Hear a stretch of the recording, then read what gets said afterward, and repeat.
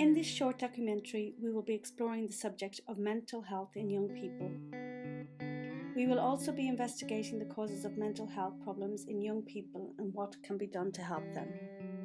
Young adults who suffer from mental illness face struggles in their daily lives. These struggles affect even the simplest of tasks, like going to school and socialising with their friends, even sustaining healthy relationships with their own families. Mental health comprises our emotional, psychological and social well-being. It affects how we think, feel and act. It also helps determine how we handle stress, relate to others and make choices. Mental health is important at every stage of life, from childhood through to adolescence all the way into adulthood and beyond. Many factors contribute to mental health problems. These include biological factors such as genetics or brain chemistry, as well as having a history of mental illness in the family. For those who experience mental health problems, their mood, thinking and behaviour can be affected. Also, life experiences such as trauma and abuse can also be a significant influence on a person's mental health. Here are just a few of the most common conditions that many young people suffer with. Depression, generalized anxiety disorder, bipolar disorder, schizophrenia, obsessive-compulsive disorder, borderline personality disorder. 20% of adolescents may experience a mental health problem in any given year.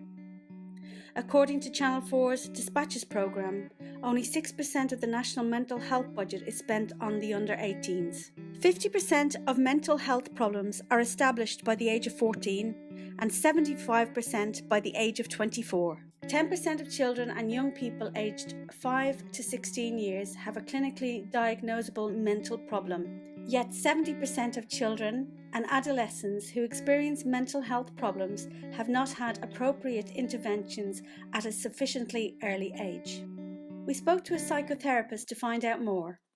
Mental health is the mental functioning of the mind, the human mind. So anyone who has a mind is subject to mental health.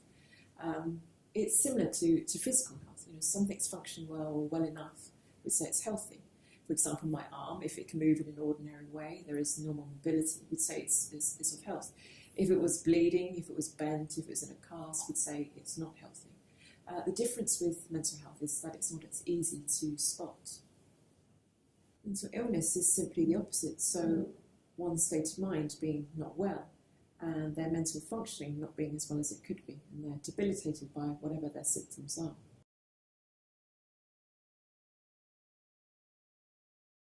I think we could take that question further and apply it to people in general, not just young people, because mental illness, like any illness, can be very indiscriminate. It doesn't just apply to the young or the old.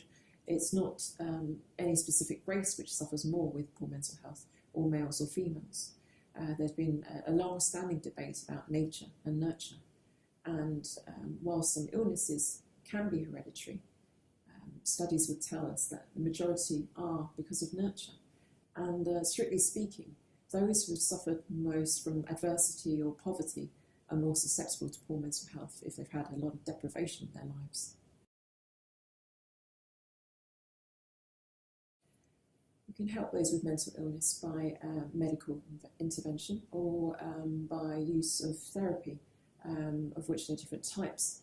Psychotherapy, for example, CBT, or it could be a combination of both of those. A powerful group of NHS mental health trust bosses have warned that the mental health services are so overwhelmed by soaring demand that patients are facing long delays to receive the care they desperately need. According to Dispatches, as a result, across the country in recent years, the number of children admitted to A&E with critical psychiatric problems has almost doubled, and in the absence of suitable alternatives, hundreds have ended up in police cells. These shocking statistics show that in order to effectively tackle the rapidly increasing problems of mental health, the government needs to act quickly in providing the NHS and supporting institutions with adequate funding and personnel. If you've been affected by any of the issues raised in this documentary, help is available.